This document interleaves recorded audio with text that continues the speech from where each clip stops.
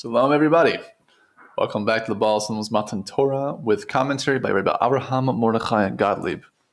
We'll be referring to as the Rebbe Shlita as always.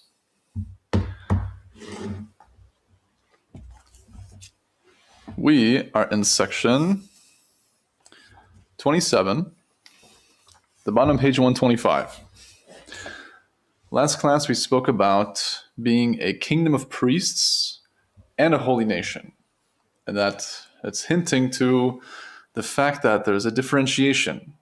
There seems to be redundance there because priests, by definition, are sanctified to the holy temple.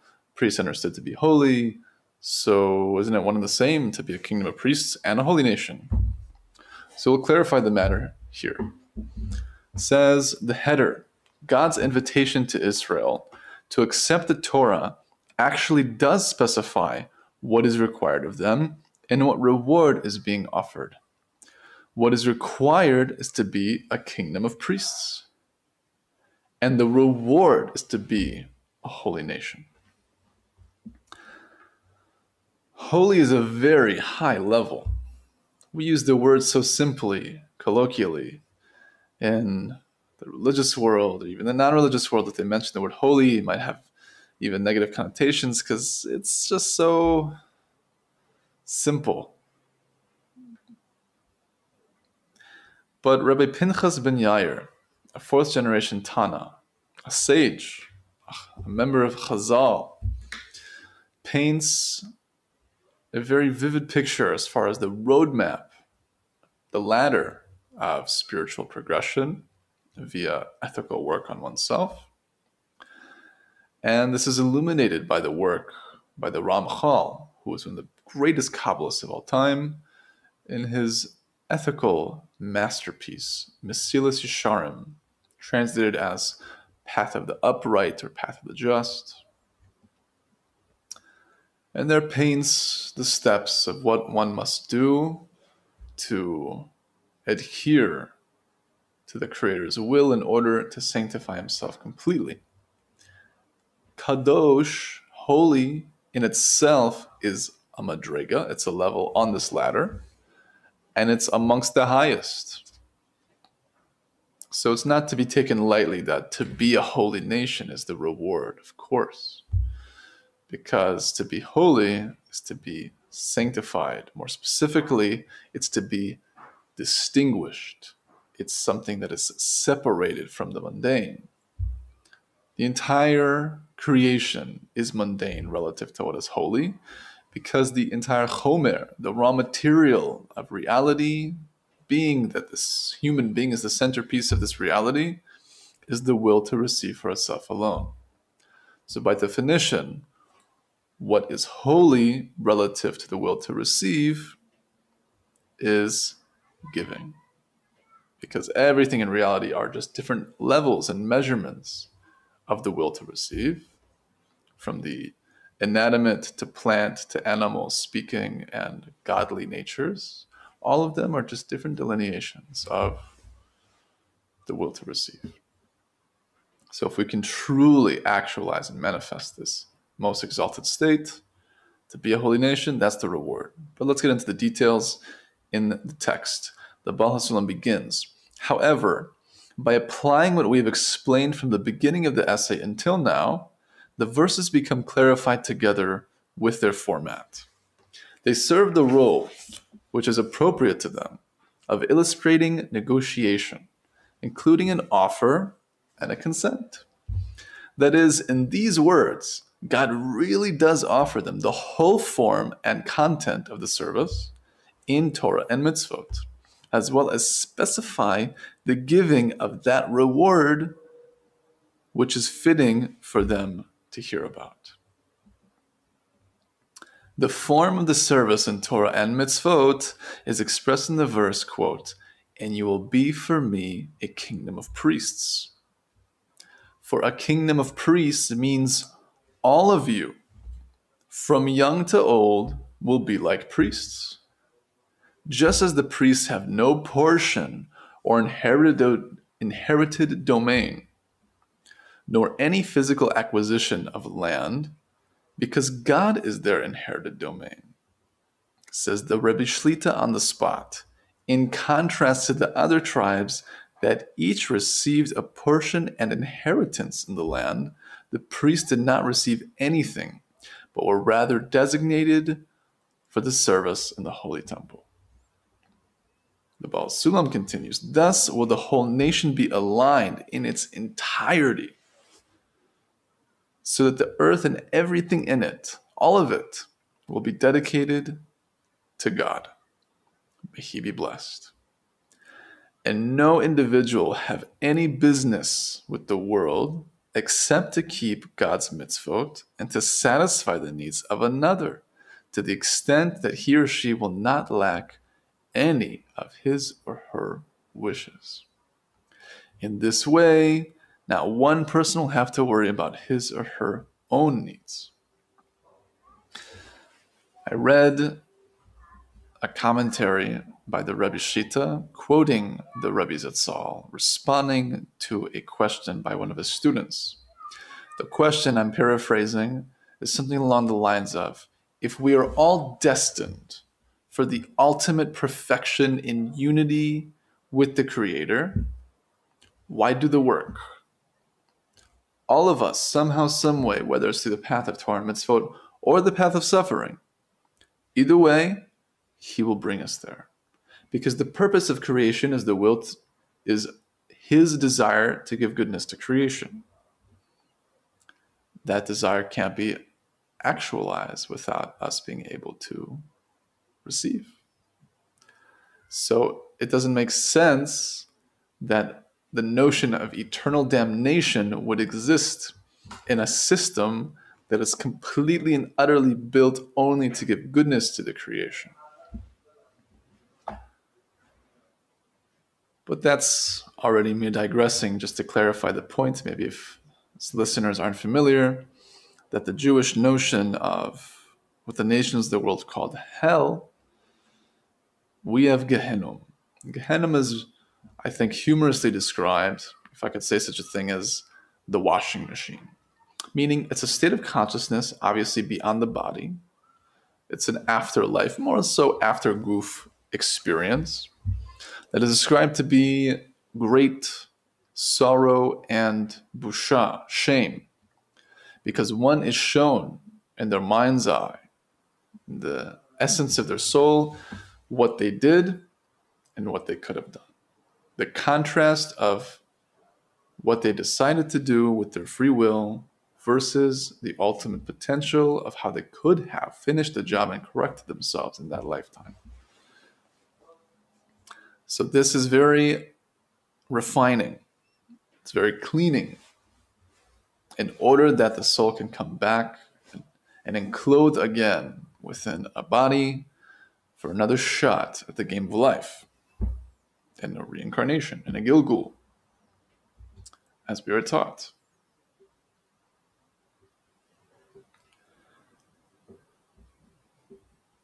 So in regards to doing the work, again, the student asks, what's the point? We're all going to get there. Alluding to, even if I go to Gehenna, I'll still be refined, and eventually I'll make it to the Gan Eden. I'll make it to the true state of consciousness of total, eternal love and light, being one with the Creator. A side note, Gehenna is actually part of Gan Eden. It's an outer layer of Gan Eden, so to speak, as described in the Zohar Kodesh, and not some separate realm that the nations of the world so often visualize. Even the Jewish people probably more often visualize as such. So the Rebbe Zatzal's answer was, if you're hungry right now, are you going to wait 12 hours? No. You want to fill your hunger. You want to fill your desire. So if we were focused on the center point of achieving our correction, if we were focused on achieving adhesion with the Creator, then we're probably hungry very often, because we are aware of the contrast of where we are at and where we can be in theory, and thus that should instill within us a desire to do better and try more and give our utmost in heart, soul, and resources in order to come to this exalted potential.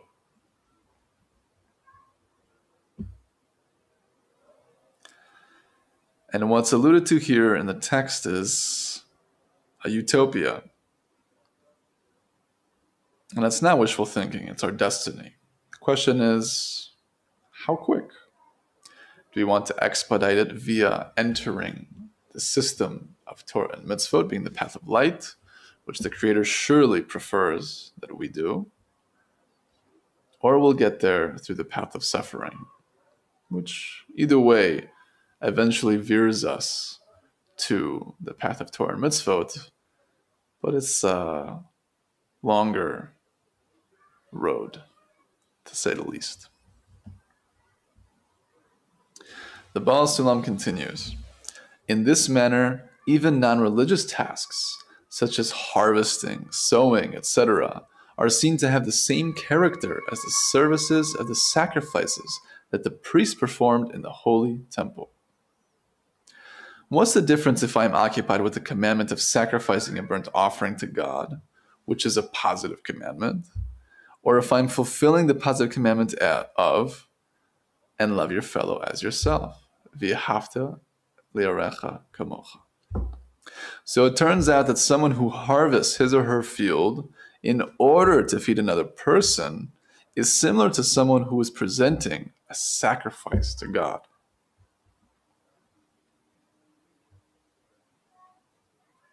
The Rebbe Shita says in the spot, it follows that the direction of Jewish society must be to arrive at the condition called a kingdom of priests, that is, where each individual does his or her work according to his or her talents and expertise. But no one expects to receive any payment, but rather works only for the benefit of others. By moving in this direction, a nation is built completely on the base of selfless giving and loving the other. When we arrive at this stage, no one will lack anything, as opposed to a situation where everyone looks out for his or her own needs. This is precisely the condition where the individual finds that he or she lacks a great deal, since his or her needs keep getting greater. As it should be. Naturally, we should be developing our desire. In contrast to many traditions and ways of the world that want to nullify or destroy our desires, God forbid. The Rebbe Shita has said, I think, quoting the Rebbe Zatzal, that if we didn't have desire, we would be in need of a big doctor. Because our desire, the Ratzon LaKabel, our desire to receive, is our chomer. That's our material. That's the raw material of all of reality. That's what keeps us moving. The point is to graduate it and develop it. We want to graduate to eventually having the will to receive for spirituality. We want the will to receive to have devekus, adhesion. And even if it's not with the correct intention, it should be done. It should always be done, because Chazal have already told us, again and again, that through lo lishma, meaning not for the sake of heaven, we come to lishma. It's necessary to comment that that is done assuming someone was within the system and has the tools and is conscious in the midst of their actions that I want to be rewarded with a higher nature. I want to be rewarded. I demand that I'm given the ability to love the other, the ability to give, the ability to have greater emunah, the ability to nullify myself before another, so on and so forth. But the notion that if I can't do something with the correct intention, I shouldn't do it, is extremely corrupted and is wrong. And unfortunately, there are many camps and branches of the tradition that seem to impose such an idea that if it's not l'shem shamayim, if it's not for the sake of heaven, it's going to corrupt the system. Because if you're doing it in order to receive, and you know it's in order to receive, then you're shifting the entire world to the side of the merit as opposed to merit. So if you know you're going to do that, why would you put yourself in that position? So the Rebbe Shlita has said that, what are sins?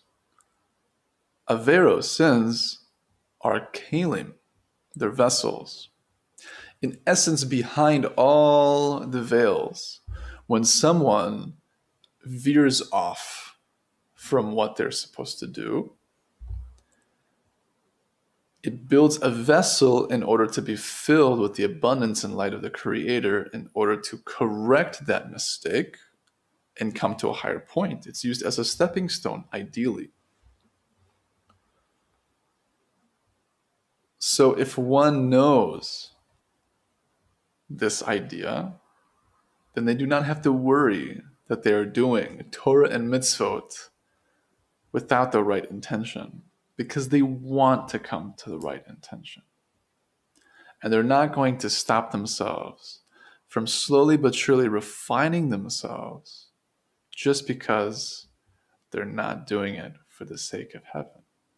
Because that's a very lofty level. And there's no way to get there without all the intermediary steps, even if it's consciously doing it in order to receive. It has to be done.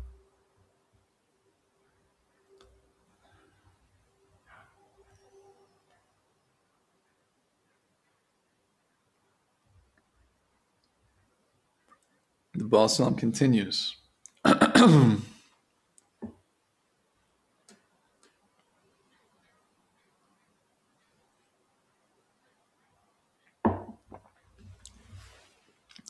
Not only that, but it's logical to deem the commandment and love your fellow as yourself to be even more important than bring a sacrifice, as we have shown above. Indeed, this is not yet the end of it, because the whole of the Torah and the mitzvot were given for the sole purpose of refining Israel, which is the refinement of the body. See section 12. But the Rebbe Shlita says on the spot here, the refinement of the body, the guf, does not refer to the physical body, but the bodily portion of a person's soul, which is the desire to receive pleasure and joy. Meaning the body is a physical branch, manifestation, representing the principle of our innermost desire to receive pleasure and joy. Because generally speaking, we use our senses, which are our vessels of receiving, for our own benefit.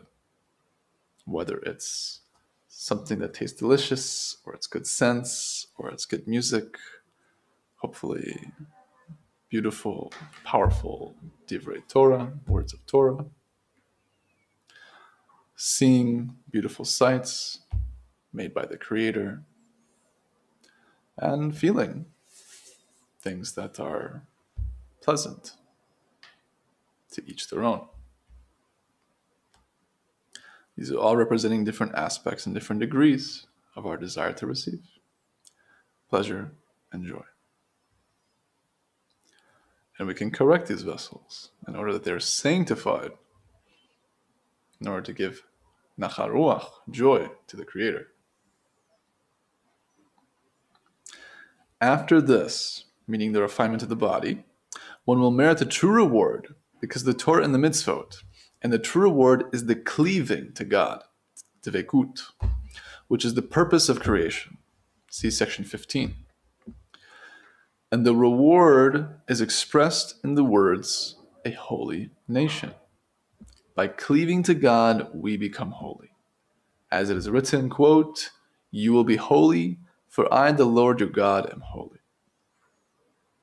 The Rebbe Shita says on this, the nature of spiritual work is called a kingdom of priests, whereas the nature of the reward is called a holy nation. Explanation of the reward. By means of the spiritual work, an effort to be someone who gives selflessly, we merit the true reward, which is the state of cleaving to God. To cleave to God is to share in God's nature. That is, just as God's nature is only to give, so cleaving to God, dvekut, means that we have merited the acquisition of this character of giving selflessly. As we've talked about before, similarity of form.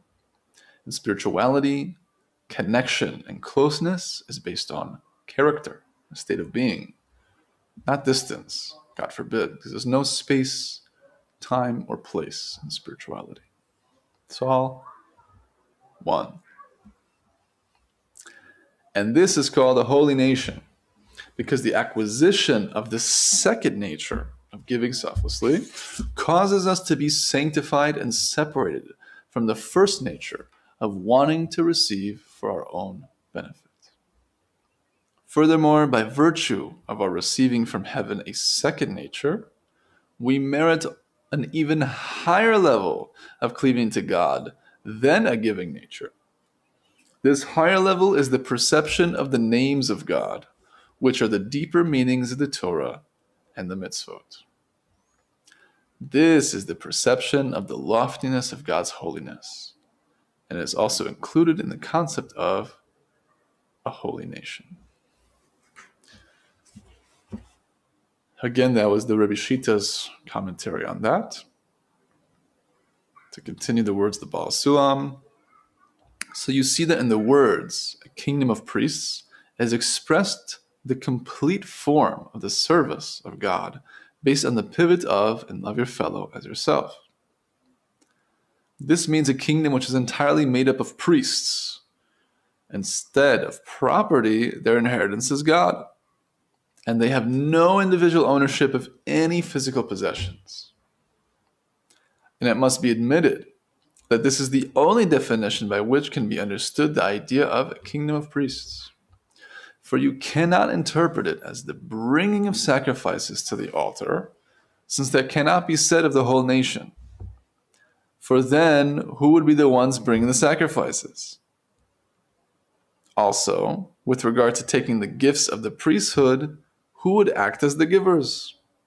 And also, it's impossible to interpret them, being the words, a kingdom of priests, as referring to the holiness of the priests, since it's already stated, and a holy nation. Rather, all its meaning can only be that God is their inherited domain, that they lack any material possession for themselves, that is the level of v'ahavta lirecha kamocha, and love your fellow as yourself, that encompasses the whole of the Torah, as stated above. And in the words, a holy nation is expressed the full form of the promised reward, which is cleaving to God, dvekut, as stated above. The Rebbe Shita says, there are two other accepted interpretations of a kingdom of priests. First, just as priests have a special role of being the ones who bless the people of Israel, so the people of Israel can bless the nations of the world. And two, just as the priests teach and give inspiration to the nation of Israel, so the nation of Israel is meant to inspire the whole world. Both of these interpretations are actually included in Baal HaSulam's concept of a kingdom of priests. For it is only when you have merited the acquisition of the second nature of selfless giving and are cleaving to the living God, and then will others be blessed by you, to also merit lives of giving selflessly. And only when the nation of Israel lives according to the principles of what's mine is yours and what's yours is yours, then they serve as a light to the nations of the world.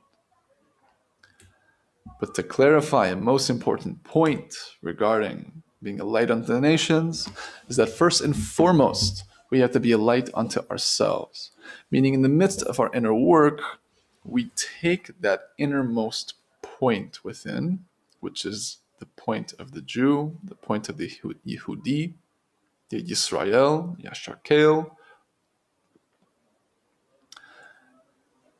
and allow it to spread light into the nations of the world. In order, the nations of the world are drawn to that innermost aspect. Meaning, the innermost aspect is our godly soul that is only giving and only loving. It's a portion of the Creator on high, so to speak. Chelek Elokai Mimal. And the nations of the world are representing all the aspects of the will to receive ourselves alone within us. So we must shine a light onto those inner aspects of our ego. And by doing this work, we, by definition, because all of humanity is interconnected in a telepathic web of consciousness, being that we are one soul, doing this inner work, by definition, is already being a light onto them. Because as we correct our inner nations, we will see it manifested in the correction of the outer nations. And we will see the further respect and reverence that they have for the Jewish people, being that we were given the great privilege to have the Torah and the mitzvot in order that we can inspire and elevate them to their greatest potential, and therefore be a holy nation and a kingdom of priests.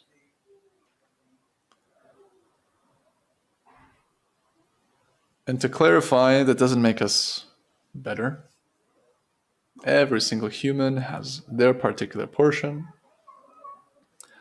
As a king does not give his son or daughter more land than they can handle.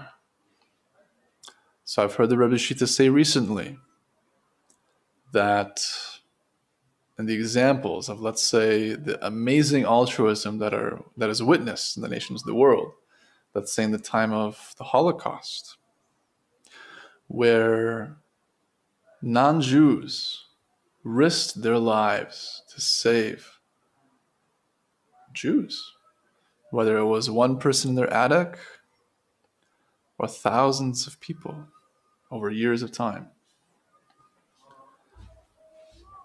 Those individuals, without a doubt, are on a much, much, much higher spiritual level than a simple religious Jew that does his part, prays 3 times a day, a little bit of learning here and there. Of course, we never know the truth about a person and what they're doing as far as their intentions and their actions. But to contemplate an individual puts himself in that position, says the Rebbe Shita, surely that person is on a higher level.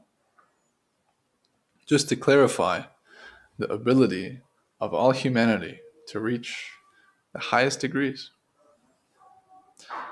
So may we all merit the highest degrees of our potential so that we can spread those waves to our families, loved ones, communities, and to the world at large, speedily and soon, of course, slowly but surely, but may it be in our days.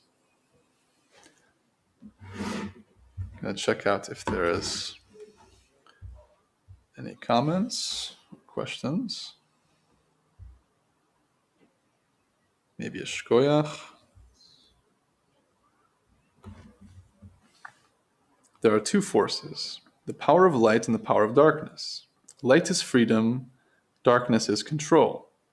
Despite a lot of good intentions, religious discipline holds on to a frequency of control. From Gaia Art and Spirit. The truth is there are not 2 forces. We, at least as far as the Jewish tradition is concerned, being that Ein od milvado, there is nothing other than him. Practically, from our perspective, being that we are so far removed, in our inner work, we do discern and decide for ourselves the difference between good and bad, light and darkness. Surely, it's true. But behind all the veils, we're taught that the center point of all of reality is the desire to give goodness to creation. That's the only thing that's ever going on. It's delineated as the sphere of Keter, the crown of all reality, meaning every single minutia of reality, to the greatest details, to the smallest, every single detail, is the Creator willing existence into being in order to give goodness to His creation. So the darkness, as much as it may pain us, as much as we may not understand and project our own understanding and egos upon the scenario, for example, when we see chaos, war, darkness, and Holocaust in the world, to employ emunah, and this is the idea of faith, above our das, above our understanding. Because our understanding, as difficult as it is to admit, is flawed, in the sense that we are beings whose essence is chisaron, of lacking. We are attempting to connect to the abundance that's within and unveil that godly soul, surely. But we are lack, and the Creator is perfect. But the Creator is willing everything into existence at all times, and only in order to give us goodness. It takes time in the big picture to see things come full circle. But all the darkness, relatively speaking, are really just vessels in order to be filled with light. We should desire to connect as much as we can to light, as we are taught in our tradition to connect to Sfarim V'Sofrim, holy books and the holy people who wrote the books. Because to connect to holy works means that we are connecting to the consciousness of those individuals. We're actually enveloping our souls with aspects of theirs. To contemplate the spiritual levels that such individuals reach, and to draw those lights within ourselves, this will help us slowly but surely see that even the darkness behind all the veils is all just the Creator's light and love. But it's true, there is practically, in terms of our inner work, a difference between light and darkness. But behind it all, and it's explained more deeply in the Kabbalah, I can't go into so much detail, that at the highest levels, it's all one. There's no dissonance, there's no two forces. It's just the Creator.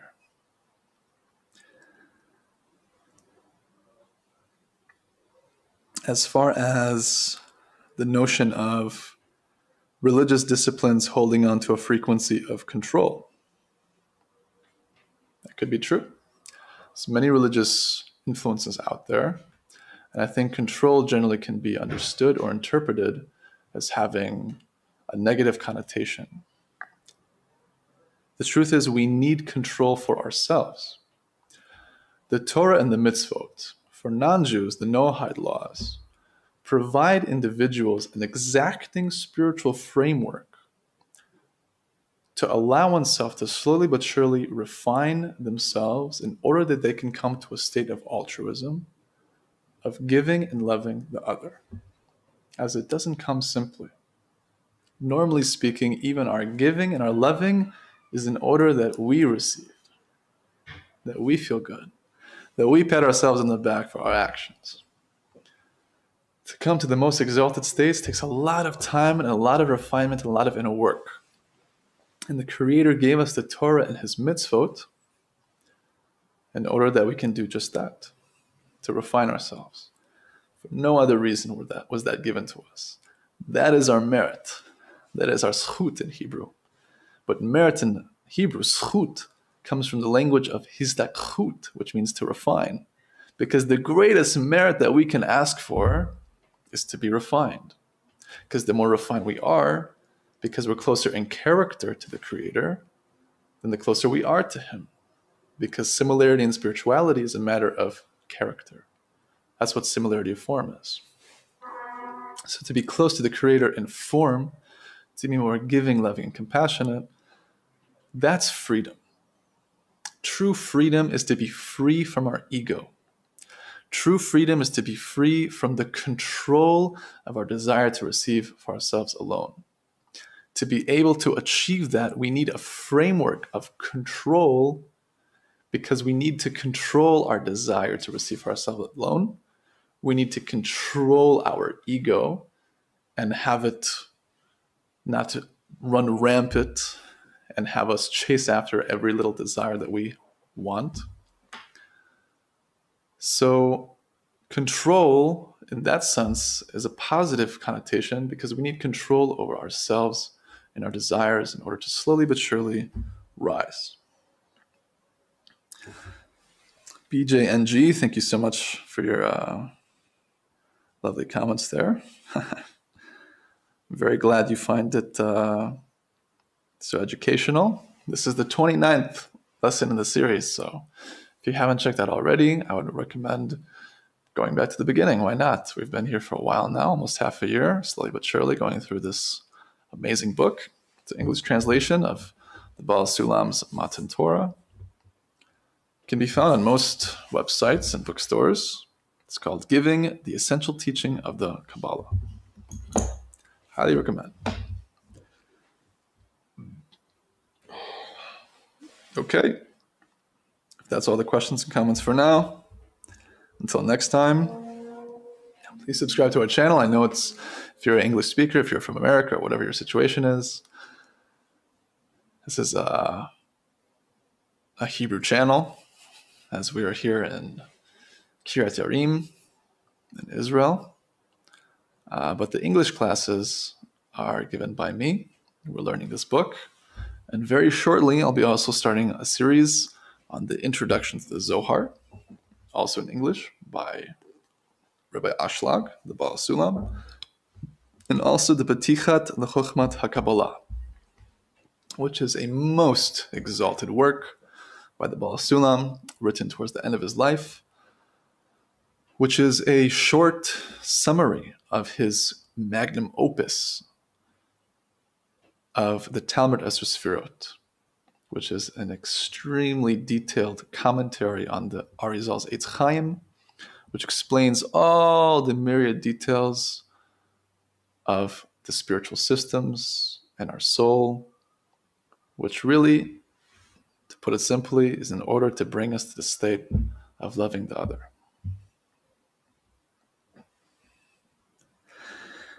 The idea of zchut is equivalent to our having received from Hashem the privilege of being Jews. Definitely. There's many parameters. It's a funny saying that we say often in the learning of Kabbalah and the Chochmat HaEmet, the wisdom of truth, that zeh v'zeh, this and that, gam v'gam, also this and also that, meaning because some of these concepts are abstract, it can be two things at once. And because there's so many amazing words with so many secret, deep definitions, zchut, certainly, it's amazing, amazing merit and privilege to be a Jew and to be a human being for that matter. Because the Rebbe Shlita says, in the name of Rabbi Senior, in the name of our rabbis, Baal HaSulam, and the Rebbe's Itzal, every Jew has an inner Jew and inner non-Jews. Every non-Jew has an inner Jew and an inner non-Jew. Every single human being has all the aspects of reality within themselves. We are all expressing different aspects of reality. So, for example, those righteous Gentiles that we mentioned were actualizing that inner Jew more so than a Jew may today actualize themselves. Perhaps even a religious Jew today may be actualizing the inner nations of the world more so. But it's important to clarify, even though we observe and see that there's the Jewish nation, the nations of the world, that all people are representing principles within ourselves. That the Jew is representing the principle of the will to give, and the nations of the world are presenting the will to receive.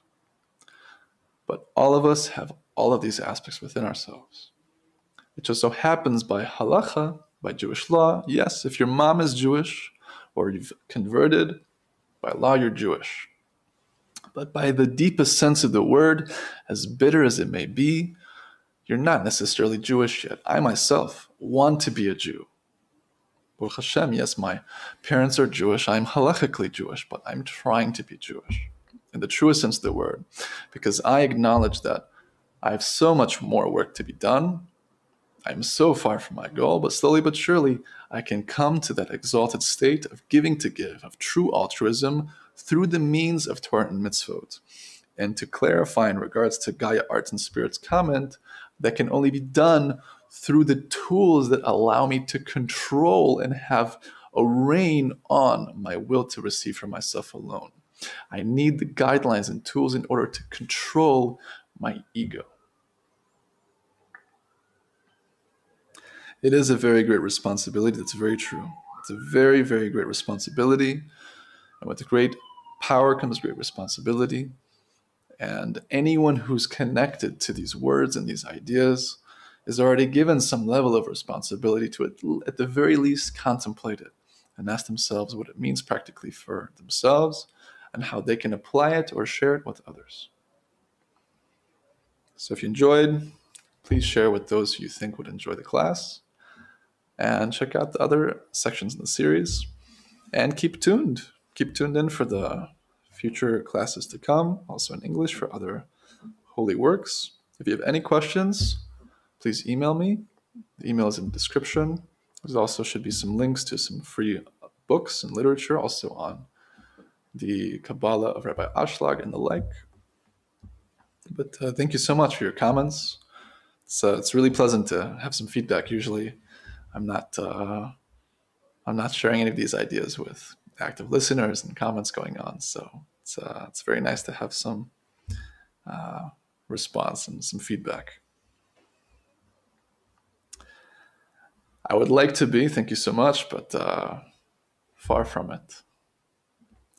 But the truth is, at the same time, the Chazal tell us that that is our inheritance, that all of Israel are tzaddikim. Meaning to say that Yisrael splits into two words, Yashar Kel, straight to God, L'Shem Shemayim, pure intention, meaning everything that I do, if I'm truly in Yisrael, if I'm truly manifesting and actualizing the essence of a Jew, then everything I'm doing is for the sake of heaven. And because we all have that innermost point of Yisrael within, we're all already tzaddikim. Why? Because everything that will come in the future, when we're looking at the parameter of above time and space, it's as if it's already here. It's actually a law that any idolatrous tree that has the din, that has the law, it's already been said that this tree will be burned and incinerated because of its use for idolatrous ways. It's as if it's already been burned. So to the Baal HaSulam says in the introduction to the Zohar, because our true self, an infinite, eternal self is our soul, it's as if we're just souls. It's as if the body isn't here because the body withers and goes away. Again, the principle is that which will come is as if it's already here. With that said, we are all tzaddikim. We are all amazing, beautiful souls that have such infinite potential to love and to give to each other and connect to one another. So if you'd like to continue any type of connection, please reach out and email or just subscribe and keep in tune to the classes. Until next time, all the best.